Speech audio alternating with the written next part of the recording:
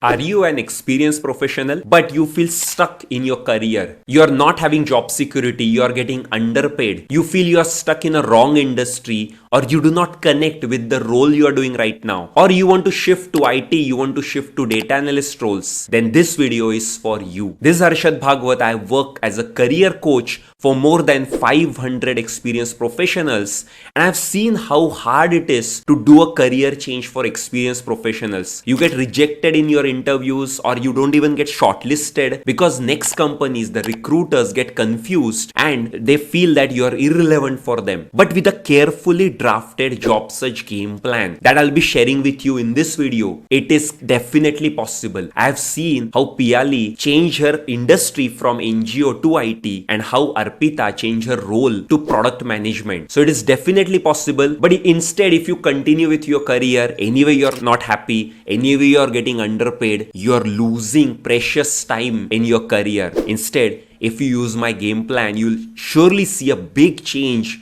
in your perspective towards career change and recruiter's perspective towards you.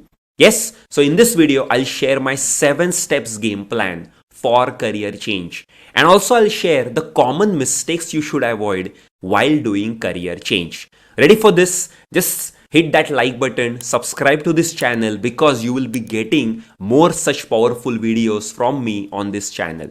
Yes, so these are the 7 steps you should implement for doing career change. I'll go deeper into this, so make sure you're listening to me very carefully and even taking a lot of notes. Just implement this game plan step by step. You will surely see results in your career change.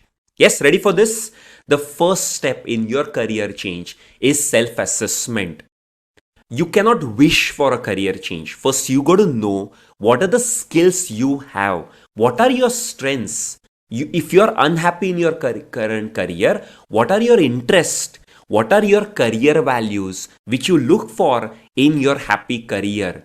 You got to understand what motivates you. What do you look for in your work? What do you look for in your employer? What are you really passionate about? Once you know all what you want from your career, that's through self-assessment, accordingly, you can define your career change. Agreed? So this is your first step, the self-assessment, to really know what you want. All right. The second step is research. See, many times you just think about your career change or you just feel that your friend is getting ahead. That's why you have to do this. Actually, it is so wrong.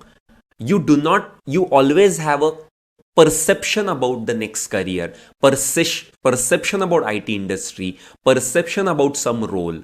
Instead, why don't you do a thorough research? See, career change is not going to be a piece of cake. It's going to be a very, very big, important decision for your career, right? So why not do a proper research? How do you do that? You go to research job portals for typical openings you see. What do you see there? What are their expectations? You got to research that industry and the trends. You have to research the companies which take people in your next role, which hire people in that industry. What are their expectations with respect to skills, qualification? Where is that industry growing? Which roles are dying down? Which roles are upcoming? And assess how your current skills align with your new industry's demand, right? So this research is so important for you to make sure you take the right choice with respect to your career change. Otherwise, you will end up making a wrong choice and then another career change will be really tough for you. Yeah. From a stable career, you should not move to something unstable, right? From current career, which is at least paying you something, you should not move to some career which doesn't pay you at all, which you completely get rejected in interviews. Instead, do a proper research, which is your second step. Yes, so far with me? Type, if you have any question, you can always comment below this video wherever you're watching this. All right. The third step in your career change is networking and informational interviews. Okay, networking and informational interviews. How does it help you? Again, you may not exactly know what that industry demands. How does that role look like? So, in the second step, you have done some research, but it is still a secondary research with respect to some data which is available online. Why don't you talk to people who are already in that career, who have or already working in those industries or the roles? Network with them, connect with them. How do you connect with them? LinkedIn is your best choice. You can easily search for people who are already working. You might be having a common connection with them with respect to the same company. Network with them. You may also be able to find these people in those online webinars or offline industry events. When you network with them, when you connect with them, do interactions. Do not send your resume. Do not ask for a job. Do not beg. You conduct something called as informational interviews. What are these informational interviews? Hold on, they are not job interviews. Here, you are going to interview them. You are going to ask them a lot of questions. You are going to go prepared with the questions. Ask questions to gather insights, understand that industry better, understand that role better, even identify mentorship opportunities if that person is a senior leader. You might think this doesn't work. You might feel I'm an introvert. Just start talking to people. You will see, you'll get surprised by how many people would like to help you. Of course, if you connect with them as humans, if you connect with them as fellow professionals, you connect with them with the right scripts and asking good questions, you will get a lot of help. Okay? So this is your third step, which is networking and informational interviews. So far, if you see, with these three steps, you have understood yourself, and you have also understood the market through research and informational interviews. Then the fourth step is skill analysis. Because you have gathered that valuable information, you are able to understand what are those transferable skills which you will transfer, which you will take away with you from your old career to the new career. Because now you know the expectations of the new industries, you will say, hey, I'm good at this. Hey, I think I can do this. Hey, I think I'm good at this. These are your transferable skills. Make sure you're going to highlight them on your resume. Make sure you're going to highlight them in your job interviews. These are the transferable skills. And you got to also identify skill gaps. What is that next in career demands and what do you have? What is that gap? You got to understand what is the gap you got to fill to make that transition to the new career. Which brings me to the fifth step, upskilling. Do not wish and just pray for career change. You have to do it with an intention of a permanent change. You got to invest in yourself to upskill. With this skill gap analysis, you may find out a list of hard skills and soft skills which you need to upgrade. You can do upskilling through two ways. One is you can pursue trainings, courses, and certifications which are perfect for that skill. You can also, and here is a trick, okay? You can also take additional responsibilities in your current company so that you can show that as an experience for the next employer. Yes, identify these opportunities for upskilling. The sixth step is you got to do targeted job search. You cannot just depend on job portals. You cannot just send out resumes to 100 employers and recruiters and wait for things to happen. You have to customize your application for each job because you are having a mixed profile. You are doing a career change. So it's your job to tailor your application for every job opening and the company, and so that you can showcase your interest in the new industry, interest in the new role, and how you have filled the skill gap and how you are transferring some of the skills. You also have to leverage your network. People you have worked with, people you have went to college with, people you are doing networking with in your information interviews are your best bets. Okay? Recruiters typically do not like career changes because your old career is in different role in different industry. When you get referred in your target companies, that will be your biggest bet.